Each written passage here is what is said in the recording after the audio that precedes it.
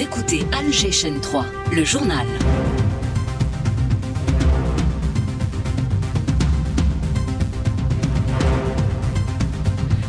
Dans l'actualité, la poursuite du Congrès arabe de l'habitat, l'expérience de l'Algérie est présentée, les perspectives également abordées, le cap est mis sur l'urbanisme durable. L'Algérie a beaucoup œuvré au profit de l'intégration économique en Afrique. Plusieurs mécanismes et projets sont lancés. Il en est question à l'occasion d'un séminaire à Aloued. Développement de la production locale, des filières émergent ces derniers temps avec des volumes couvrant le marché et réalisant des excédents. On en parle à la veille de la foire de la production nationale. Plan national de sécurité sanitaire des aliments. 11 ministères ont participé à son élaboration. Il permet de renforcer le contrôle pour préserver la santé du consommateur.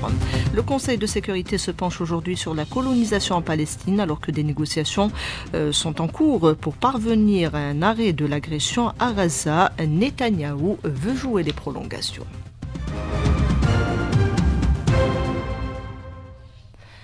Madame, Monsieur, bonjour. Les travaux du 8e congrès de l'habitat se poursuivent aujourd'hui à Alger. Les expériences sont à l'occasion présentées. Les défis abordés, entre autres justement la durabilité de l'urbanisme, un impératif qui implique le recours à l'innovation, un sujet en débat ce matin à l'occasion d'un atelier thématique, nous dit Ibtihal Atoun.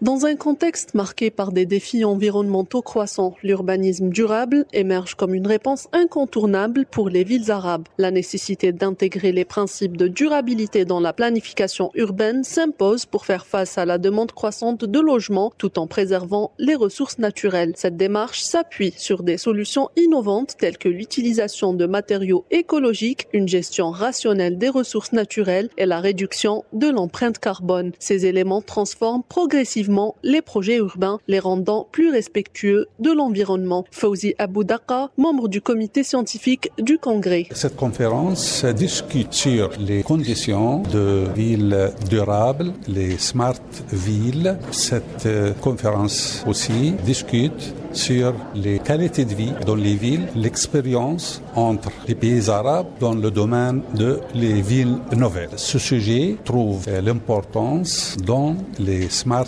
villes, dans le domaine de transport urbain surtout, ainsi dans l'utilisation des instruments qui protègent la ville dans les changements climatiques. La ville Sidi Abdallah, c'est un exemple pour réaliser une ville technologique, un pôle technologique de la ville d'Alger. Investir dans un urbanisme résilient est essentiel pour minimiser les impacts des catastrophes naturelles, protéger les populations et préserver les ressources face aux défis croissants du changement climatique.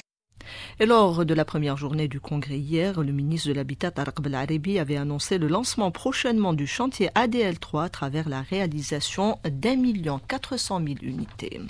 L'intégration économique africaine, l'Algérie y travaille depuis de nombreuses décennies à travers des mécanismes mais également des projets. Il en est question à la faveur d'une rencontre internationale à Aloued consacrée aux enjeux de l'intégration. Le compte rendu d'Amar Dafer.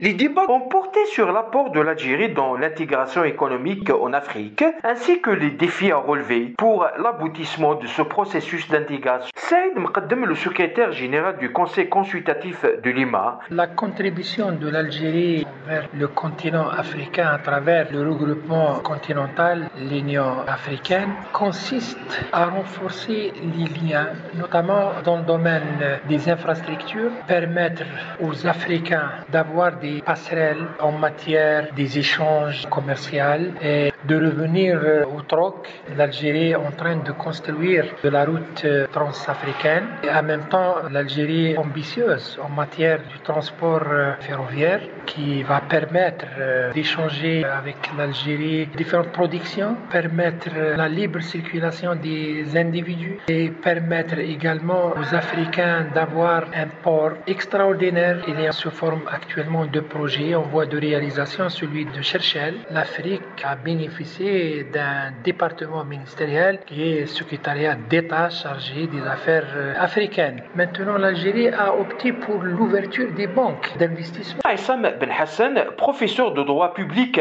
à l'université de Sfax. C'est à travers les textes juridiques qu'on va également concrétiser et réaliser les grands projets économiques, l'économie des services, l'intelligence artificielle, avec une volonté réelle de partenariat. De la wilaya de l'Oued à Amar Dafour pour Algérien 3. La foire de la production nationale ouvrira ses portes demain à Alger. Quelques 500 participants sont attendus à cette nouvelle édition. Des producteurs qui mettront en avant leur savoir-faire, notamment dans des filières qui se démarquent ces dernières années. Les précisions de Reda Hachlef, vice-président du CREA, le Conseil du renouveau économique algérien, invité de la matinale avec Nariman Mendil. Nous avons, à titre d'exemple, l'émergence de plusieurs secteurs qui réalisent des progressions indéniables et encourageantes. En l'occurrence, le secteur des matériaux de construction, qui réalise des performances indéniables. Les produits cimentiers. En quelques années, nous sommes passés de pays importateurs à exportateurs, avec une grande marge de progression liée à la compétitivité de nos produits. Le secteur de la sidérurgie, tous produits confondus, que ce soit des produits lents ou plats. Et l'industrie pharmaceutique, qui aujourd'hui couvre 70% de nos besoins. Il y a aussi de l'industrie agroalimentaire, qui pratiquement aujourd'hui couvre les besoins essentiels de la population. Un autre secteur aussi, c'est l'agriculture. C'est indéniablement l'un des secteurs qui connaît le développement le plus important. Vous aurez remarqué qu'aujourd'hui, nous consommons pratiquement des produits maraîchers locaux qui sont en plus de très bonne qualité. Les foires, des manifestations qui permettent au produit national d'être visible et impulsent une évolution positive, ajoute Reda Hachlef. Tout ce qui peut venir aider à promouvoir la production nationale est le bienvenu. Effectivement, il faudrait avoir des manifestations régionales, justement, pour permettre à tous les opérateurs d'accéder à la promotion de leurs produits. Présenter ces produits localement ou régional, c'est un des leviers de la promotion des produits. Préserver la santé du consommateur, un plan national sur la santé sanitaire des aliments a été présenté ce matin, élaboré par 11 ministères et chapeauté par le département de la santé. Jamel Fourar, directeur général de la prévention au ministère, apporte plus de précisions au micro de Hassan Chemach. Nous sommes arrivés jusqu'à 10 000 cas d'intoxication alimentaire déclarés annuellement. Il ne faut pas oublier qu'il y a des cas d'intoxication qui ne sont pas déclarés parce que les gens ne vont pas à l'hôpital pour se faire soigner. Donc, il y a 5 volets stratégiques pour ce plan. Tout d'abord, il y a la réglementation. Il y a beaucoup de réglementations en Algérie concernant les aliments. Le ministère du Commerce a une pléiade de textes réglementaires régissant la composition, la sécurité des aliments. Et donc, tout le monde est impliqué dans cette stratégie. Et donc, aujourd'hui, il y aura des évaluations régulières pour voir un peu l'implémentation de ce dispositif qui va permettre réellement de sécuriser les aliments que nous consommons et qui sont contaminés par des bactéries, par des produits chimiques, etc. Donc tout ça avec donc bien sûr la société civile et basé essentiellement sur un plan de communication qui doit être vaste et permanent pour sensibiliser les gens sur les dangers d'une mauvaise alimentation. Des propos recueillis par Hassan Chemach. À l'initiative de l'Algérie, le Conseil de sécurité reconnaît la possibilité désormais pour tous ses membres, sans distinction, de consulter les documents du Conseil. Il s'agit des documents internes non publiables qui étaient jusque-là accessibles uniquement aux membres permanents. Le Conseil de sécurité qui se réunit par ailleurs aujourd'hui autour de la question palestinienne. Pendant ce temps, l'agression contre Gaza se poursuit. On évoque ces jours-ci la possibilité de parvenir à un accord. Le Hamas pose ses conditions, notamment le retrait total de l'occupation de l'enclave, alors que Netanyahou, lui, fait tout pour poursuivre la guerre. La journaliste palestinienne Faten At-Tourabi en parle à Karima Bonnour.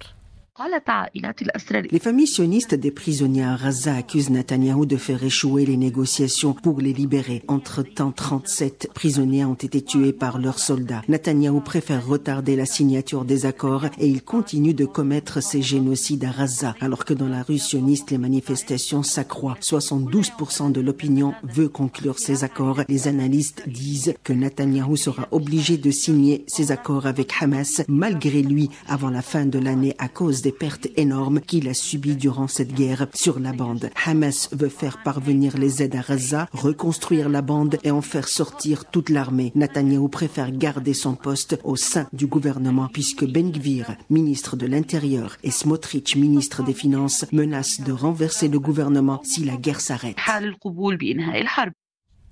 Et selon un rapport de l'ONU qui vient d'être rendu public, ces 2 derniers mois, une centaine d'écoles ont été bombardées par l'armée d'occupation israélienne. Une nouvelle trahison du Marzen, le militant palestinien Nassim Khalibet, réfugié au Maroc depuis 2021, a été extradé vers Israël où il faisait l'objet de poursuites pour ses actes de résistance, selon des informations relayées par la presse espagnole.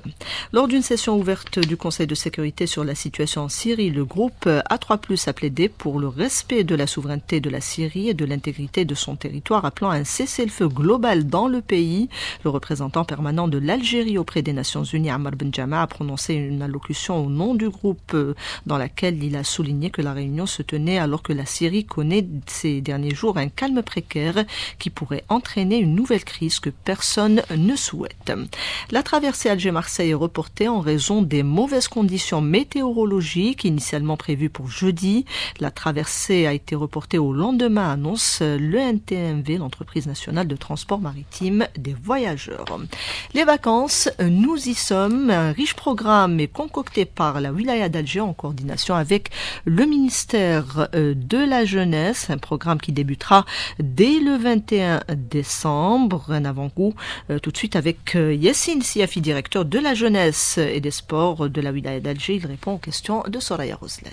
Nous avons plus de 500 activités dont la DGS est chargée de 95 activités sur 8 sites. Les sites en question, c'est des sites qui ont été aménagés, récemment réceptionnés, qui ont mis en valeur Alger en tant que capitale méditerranéenne et aussi nous a offert une possibilité, une opportunité de développer des activités, je dirais entre parenthèses, de sport urbain. Donc l'objectif, c'est que le citoyen algérois, il devient acteur et non spectateur. Donc c'est des activités nouvelles par rapport à la majorité des activités qui étaient déjà lancées, à savoir le bivouac, la randonnée pédestre très organisée aussi. Le bivouac, c'est un camping à thème avec des jeunes. Donc nous avons aussi des bivouacs pour des jeunes qu'on va essayer quand même que les jeunes d'Alger découvrent le sud algérien. C'est extraordinaire ce qu'on fait. Et aussi des activités telles que le skateboard après l'aménagement, par exemple, du site de Babzoa.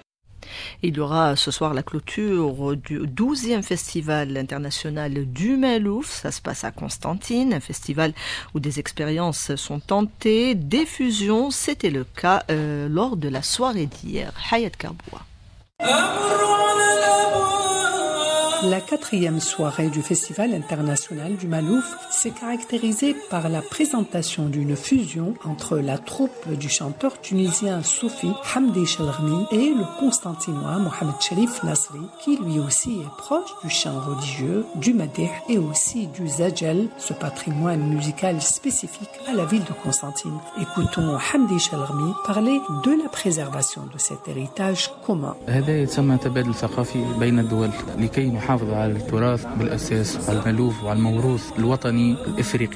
La Jordanie était l'autre pays arabe de cette soirée avec la troupe Oudouba qui existe depuis 2006, une association prestigieuse qui est active dans plusieurs domaines dont le chant, la musique mais également le théâtre, le documentaire et le film court-métrage. Le passage de la troupe Oudouba a été marqué par un excellent jeu d'instruments, que ce soit le luth, le qanoun. Ce dernier est joué magistralement par Rola Jaradet, docteur en musicologie et maestro. Une soirée où les professionnels de ces pays ont donné le meilleur, tous évoquant la qualité de ce public très connaisseur. Constantine, Hayat Kerboua, Alger 3.